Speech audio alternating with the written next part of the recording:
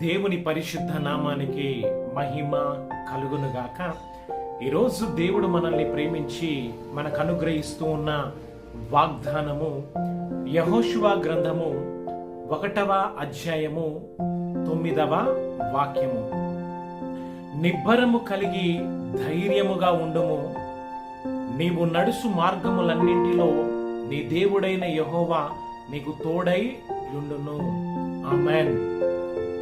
ఈ రోజున మీరు నీ జీవితంలో నీకున్న శ్రమలను బట్టి, నీకున్న ఇరుకులను బట్టి, భయాలను బట్టి నీవు అధైర్యపడుతూ ఉన్నావా?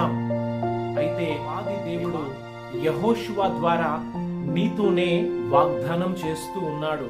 నీవు నిబ్బరము కలిగి ధైర్యముగా ఉండాలి అని, నీవు నడుచు మార్గములన్నింటిలో దేవుడు నీకు తోడై ఉంటాడని వాగ్దానము చేస్తూ ఉన్నాడు.